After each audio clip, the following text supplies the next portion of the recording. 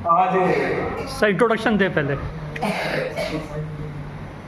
Engineers day पर आप सभी को बहुत बहुत शुभकामनाएं। और इस मौके पर मैं आपको अपना परिचय देता हूं। मैं स्वयं Lakhanlal Meena, senior section engineer telecom, signal and telecommunication विभाग में हूं मैं। मेरा लियर तो बीकानेर है, लेकिन मैं यहाँ हेडक्वार्टर में डेपुटेशन पर हूँ 3 साल से। पहले भी मैं रह चुका हूँ 3 साल, और 94 का अपॉइंटमेंट है। और तो काफी बड़ा है हमारा गांव में, जो भी है। डिस्ट्रिक्ट मेरा होम डिस्ट्रिक्ट भरतपुर है, राजस्थान। और यहाँ जगतपुरा में जो अक्षरपात है, कोनेर डीमार्ट के अपोजिट में मकान हमने बनाया है 2022 में, तब से हम उसी में रह रहे हैं। तो अब हम आगे चलते हैं। आज जो इंजीनियर्स डे है, उस पर आप सभी को बहुत बहुत शुभकामनाएं, हमारे सभी इंजीनियर्स को। और जो नहीं आए हैं उन्हीं को भी मैं शुभकामनाएं देता हूं। और इस मौके पर मैं आपने देखा होगा कि ये जितने भी विभाग हैं रेलवे के अलावा भी, तो रेलवे का विभाग एक बिल्कुल ही अलग विभाग है, जिसमें जिंदगी बहुत व्यस्त चलती है। यानी इंजीनियर्स, जो रेलवे का इंजीनियर्स है, डॉक्टर्स हैं, जो भी टेक्निकल पर्सन है, वो इतना बिजी रहता है कि वो अपनी निजी लाइफ के जो समय होता है वो भी अपने रेल को ही दे देता है। यहाँ हम सब जानते हैं अच्छी तरह से, और जो यहाँ महिला मेंबर जो आई हुई हैं सभी, वो भी अच्छी तरह जानती होंगी कि रेलवे की वर्किंग किस तरह की है। तो इसी से संबंधित मैं आपके सामने एक स्टेट पेश करता हूँ।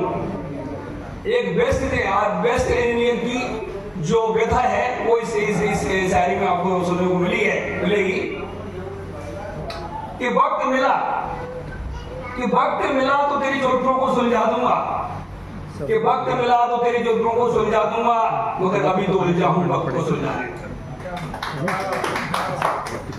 कि वक्त मिला तो तेरी जुल्फों को सुलझा दूंगा, मगर अभी तो उलझा हूं वक्त को सुलझाने में। तो कहने का मतलब ये है कि आदमी हमारा जो इंजीनियर से कितना बिजी रहता है। और अगला आपके सामने जो मैं शेयर पेश कर रहा हूँ, आपने देखा होगा कि जब नया कपल आता है रेलवे में, नौकरी में आता है, तो कितना व्यस्त होता है, उसके ऊपर कितना लोड रहता है जो है रेलवे का, ऑफिसरों का। तो ऐसे में वो कपल के साथ में क्या चलता है, कई बार जो क्या होता है उसके साथ में, तो वो मैं यहाँ सामने आपके सामने पेश कर रहा हूँ। कि कभी कभी यूं भी हुआ होगा, कि कभी कभी यूं भी हुआ होगा, मैं इस पार वो उस पार, कभी कभी यूं भी हुआ होगा, मैं इस पार वो उस पार, इंतजार हुआ होगा। तो कभी कभी यूं भी हुआ होगा,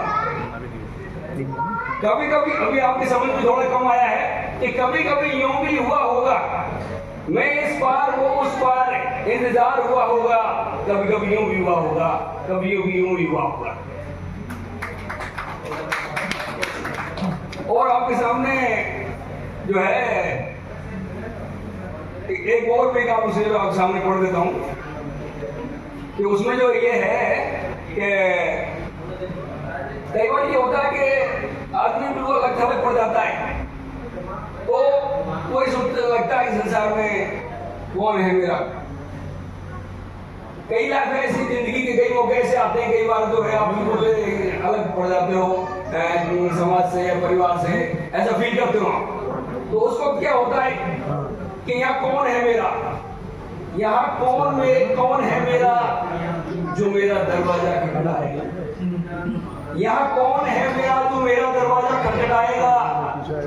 यहाँ तो ये हवा के झोंके ही हैं, मेरे आसपास तो ये हवा के झोंके ही हैं जो मुझे पहचानते हैं। शायद इन्होंने ही मेरा दरवाजा खटखटाया होगा, शायद इन्होंने ही मेरा दरवाजा खटखटाया होगा।